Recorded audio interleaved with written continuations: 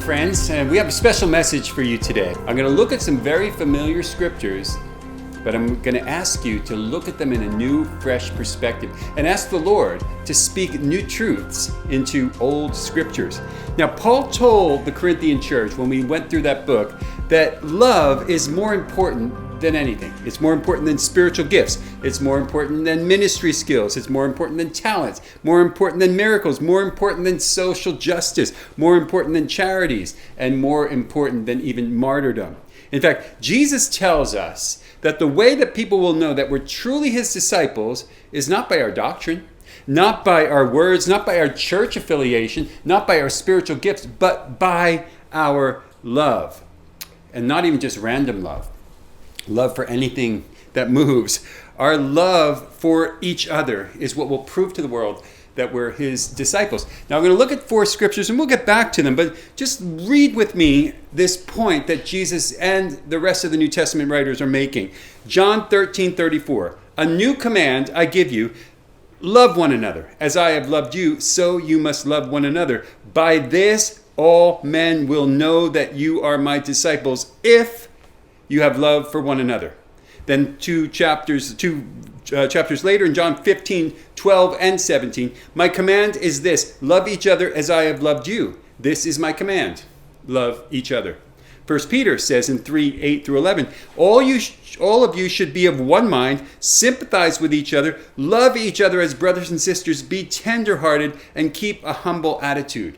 And then Galatians. Paul writes to the Galatian church in the last chapter of that book, verse 10, Galatians 6:10. Therefore, whenever we have the opportunity, we should do good to everyone, but especially to those in the family of faith.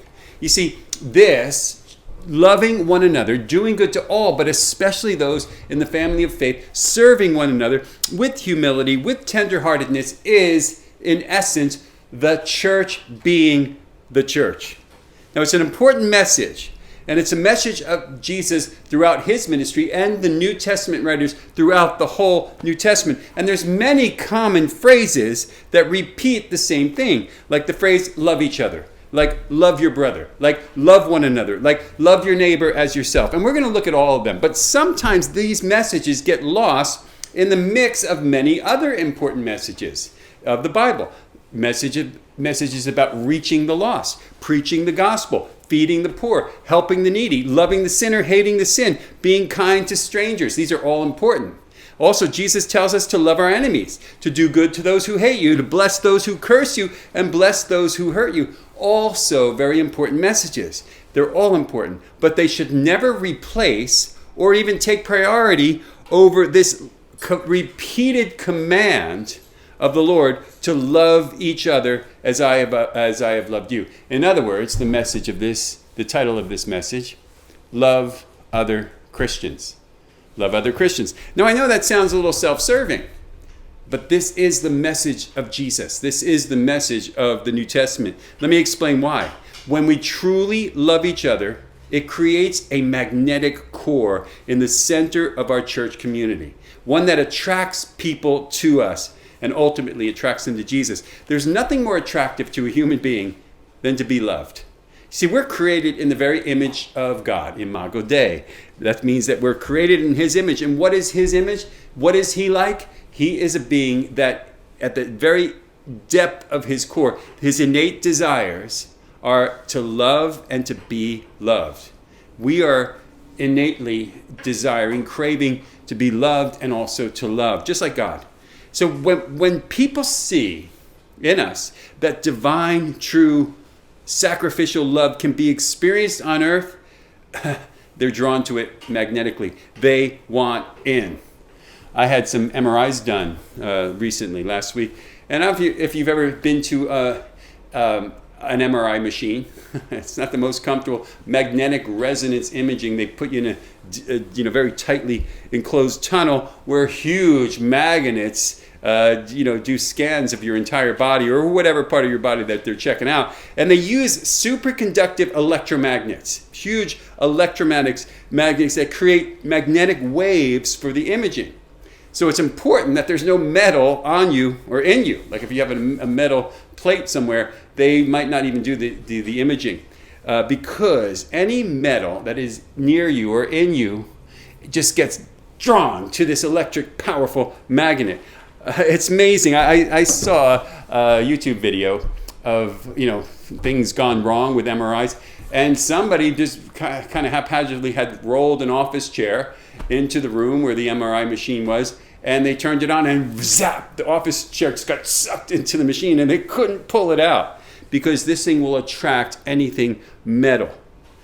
This is how the church is when we love each other. When we lift up Jesus and do what he says, what does he say? Love one another as I have loved you. When we do that, boom, people are attracted. They want in.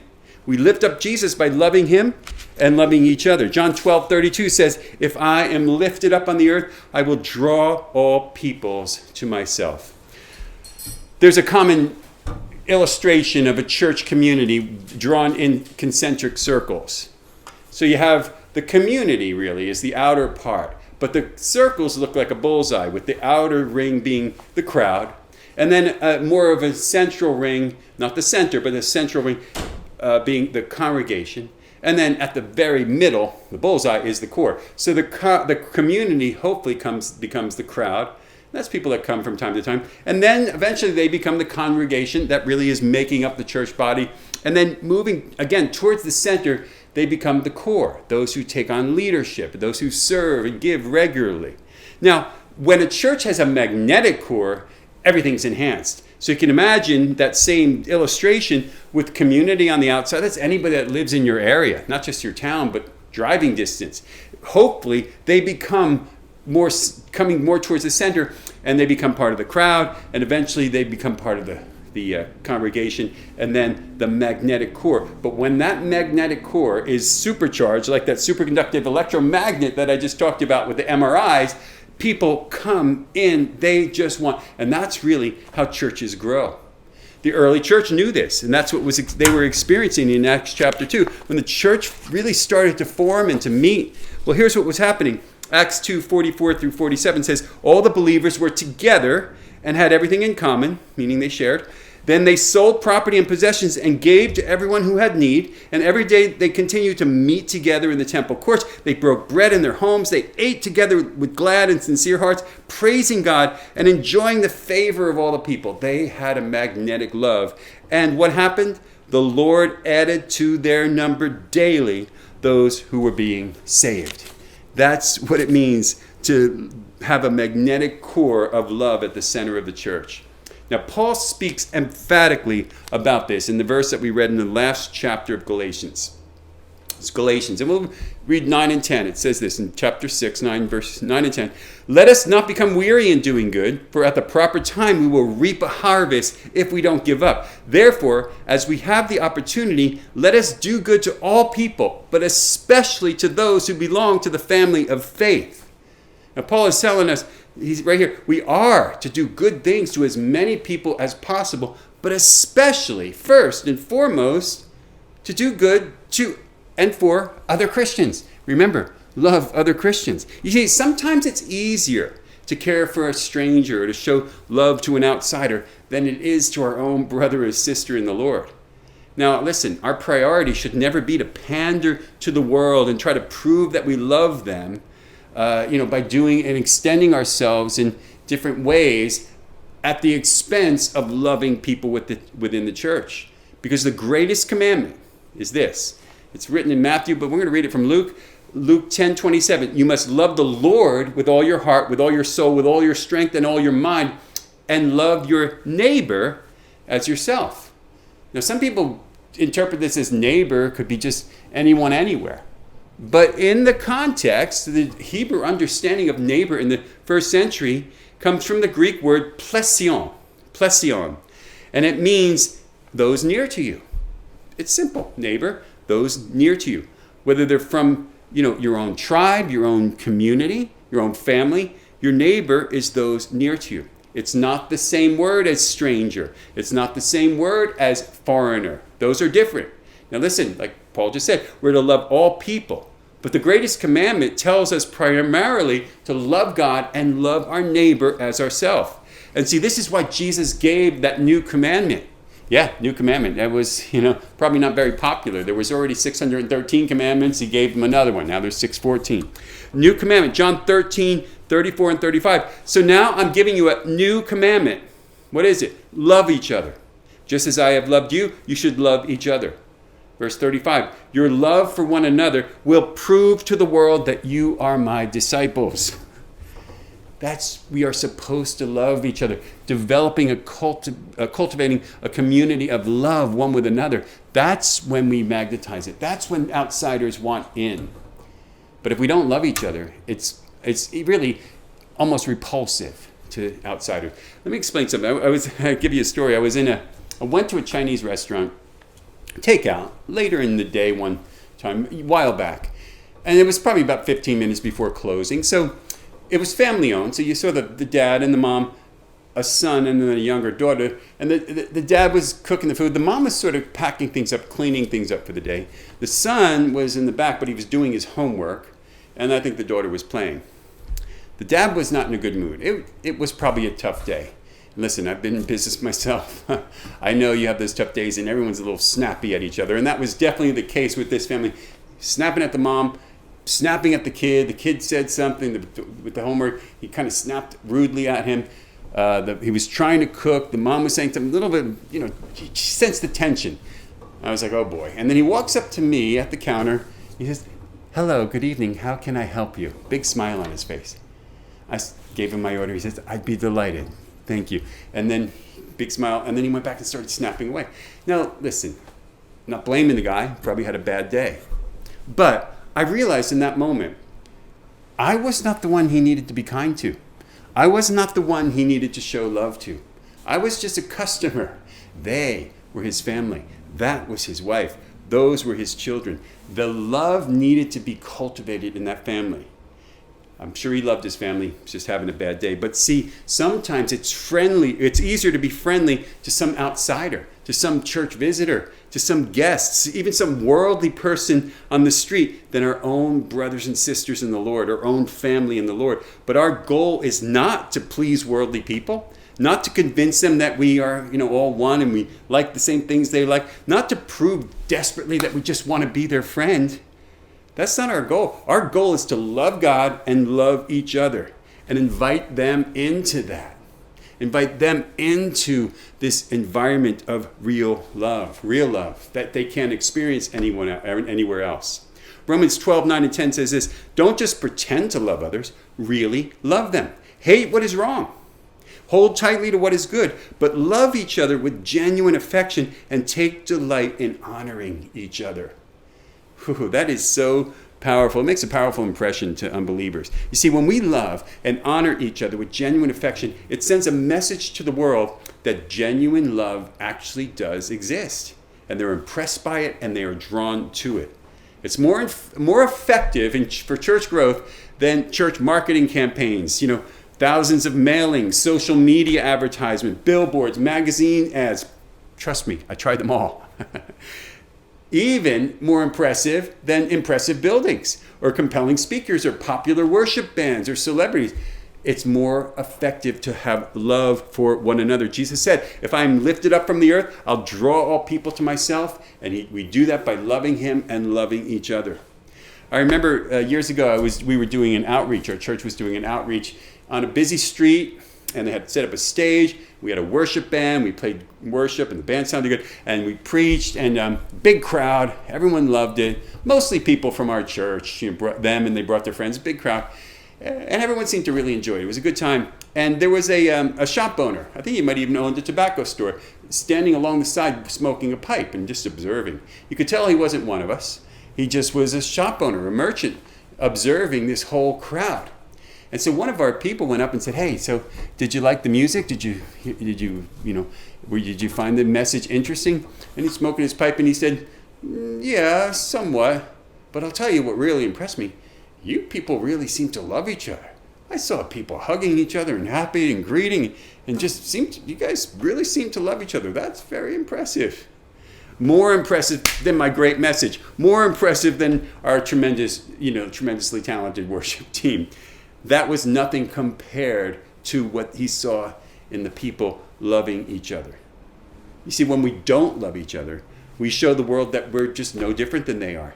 And that includes when we gossip about each other, when we criticize each other, when we neglect to help our brothers and sisters who are in need, when we act more friendly or give more grace to those outside the church, those with the secular worldview that we're trying to coax in, when we show them more grace and more love than our fellow congregants. Nothing pleases the heart of the Father, of any father, more than seeing his children truly loving and caring for one another. And probably nothing grieves him more than when we don't. In fact, that, I believe, is the context of this very popular parable, the Good Samaritan. I believe that's what it's all about. So I want to read the parable of the Good Samaritan from Luke 10, and I want you to just give it a fresh look. Starts with the greatest commandment. Luke 10, 25, 37. One day an expert of religious law stood up to test Jesus by asking him this question: Teacher, what should I do to inherit eternal life? And Jesus replied, what does the law of Moses say? How do you read it? Well, the man answered, you must love the Lord your God with all your heart, all your soul, all your strength, all your mind, and love your neighbor as yourself. Right, Jesus told him, do this and live. The man wanted to justify his action, so he asked Jesus, well then, who is my neighbor? And Jesus replied with a story. Here it is. A Jewish man was traveling from Jerusalem down to Jericho. He was attacked by bandits. They stripped him of his clothes. They beat him up. They left him half dead beside the road. By chance, a priest came along, but when he saw the man lying there, he crossed to the other side of the road and passed him by. A temple assistant, a Levite, walked over and looked at him lying there, but he also passed by the other side. And then, verse 33, a Samaritan came. And when he saw the man, he felt compassion for him.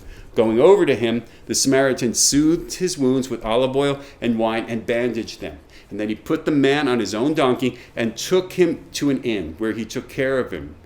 The next day he handed the innkeeper 2 silver coins, telling him, take care of this man. If the bill runs higher than this, I'll pay you next time I'm here. Verse 36. Now which of these would you say was a neighbor to the man who was attacked by bandits? Jesus asked. And the man replied, the one who showed him mercy. And then Jesus said, yes, now go and do the same. Common parable, you've heard it many times. But I want to tell you, this parable is not just a lesson in random acts of kindness, as most people interpret it. You see, the Samaritan man definitely showed tremendous mercy and compassion on a Jewish man who was beaten and robbed. So, cross-culturally, that he showed love, showed compassion. But Jesus sums up the parable by saying to the expert of the religious law who asked, now go and do the same. In other words, the Samaritan helped the Jewish man in ways that the Jewish priest and the Jewish temple assistant, the Levite, should have done in the first place. That was the message. This Samaritan showed you what the Jewish person should have done to the Jewish man, or the temple priest or the Levite should have done to one of their own who was in need. Let me give you a personal example. I have 2 daughters and my wife, and we live in a small subdivision. And just suppose one of my daughters was out riding her bike and maybe she falls and she breaks her leg and she can't make it home. But the other daughter is out for a walk and sees her lying on the side of the road and just goes across the street and walks away and passes her by. And then my wife is also out for a walk and she sees my daughter lying on the road, broken leg, but she also passes by and just goes on her way. And then some neighbor from, maybe not even a neighbor, a person from another subdivision happens to be in our neighborhood, and they see her, and they were moved with compassion, and they take her to the hospital, and they wait for her to be cared for, they pay her medical bills, and they drive her home. Now, if I come home and I hear that story, I hear what happened, what transpired, how do you think I'd react? What do you think I would be upset about? Of course, I'd be upset about the broken leg, but as long as it's healed and being cared for. But I'd be really upset that the other daughter and my wife just walked by their own daughter, sister, lying in the road, needing help. That would perplex me. I would have told them that stranger, the other subdivision, did what they should have done. And I would lecture them on the importance of loving each other, really loving one another. And Jesus knew that this priest who asked the question and these experts of religious law were notorious for saying that they loved God, but they did not show love to others. They didn't show love to one another, and definitely not strangers. But that was what he said. Love God, love one another. John tells it to us this way, 1 John 4:20. Whoever claims to love God and hates his brother, or does not love his brother or sister, is a liar. For whoever does not love their brother and sister whom they have seen cannot love God who they have not seen. And he has given us this command: anyone who loves God must also love their brother, their sister. Love one another. How do we love one another? Just remember Paul's litany of love. You can go back to 1 Corinthians 13 and find it. Love is patient, love is kind, it's not envious, it's not rude, and it goes on and on and on. But it starts with having love and sympathy and empathy and compassion for each other with a humble heart. And that's why 1 Peter 3:8 says this: finally, all of you should be of one mind. Sympathize with one another. Love each other as brothers and sisters. Be tenderhearted to keep a humble attitude. Now, make no mistake, I am not saying that we should only love those in the church. We should definitely love everyone. Love the stranger, love the foreigner, love everyone. In fact, we should love them as a neighbor and be willing to show God's kindness and unconditional love to every unbeliever. But we should never replace that for loving each other. In fact, Leviticus 19:33 and 34 tells us that. This is right from the Torah. When a foreigner resides among you in your land, do not mistreat them. The foreigner residing among you must be treated as your native born. Love them as yourself, for you were foreigners in Egypt, and I am the Lord your God. Loving everyone. But remember, prioritizing those who are near. Paul, Galatians 6:10, especially those in the household of faith. You know, sometimes when it's cold, and when we were working in New York, I was working there, and then we were working there doing music, Allie and I, we always would, around Christmas time, buy a little stack of Dunkin' Donuts gift cards, just a $5 gift cards, because we'd get a lot of panhandlers that would knock on the windows as we were waiting at a light. And it was always nice to be able to offer them this gift card, you know, to the homeless strangers and the panhandlers and people out there in the cold, because it makes you feel good. It really does. It makes you feel like a hero. You can sit, you picture them in your mind, taking the gift card and, you know, going somewhere, having a cup of hot coffee, or, you know, Dunkin' Donuts, some Dunkin' Donuts, a French curler, or Bavarian cream, or chocolate frosted, or one of those pre-made egg roll-ups, or one of the chocolate ones with the custard, the Boston cream. That's a good one. And it makes you feel really good thinking about them just enjoying that. You pat yourself on the back. But then, why doesn't it feel good to give it to someone you know, or give it to a friend or a church or something like that? You know, you're just like, you could buy your own donut. These are for people that, you know, I want to be the hero to. Why doesn't it feel good to help people that are just around you? It should. It's wrong if it doesn't. We should do good to all people, but especially those in the family of believers, cultivating a magnetic core of love. John told us this and in his gospel. Then he writes it again later when he writes his letters. And I'm going to close with these verses. 1 John 3:11 and then 16 through 18. This is the message you heard from the beginning. We should love one another. This is how we know what love is. Jesus laid his life down for us, and we ought to lay our lives down for our brothers and sisters. If anyone has material possessions or sees a brother and sister in need, but has no pity on them, how can the love of God be in that person? Dear children, let us not love with words or speech, but with actions and in truth. You know, Jesus did both. He did both. Love, speech, action, and truth. He loved us with everything that he had within us. That's why it's important to remember that. That's why communion is important. When we do this in remembrance of him, it's not just remembering that he lived, but also remembering his death. It says every time you do this, you remember my death and resurrection. So as we prepare our hearts for communion, let's meditate on the following verses, knowing that the whole reason we celebrate communion is that Jesus demonstrated his incomparable, unconditional love for us by suffering torture, by being nailed to the cross, and by dying for us. And greater love is no one than someone that would do that. John 15, 9 through 13. As the Father has loved me, so have I loved you. Now remain in my love.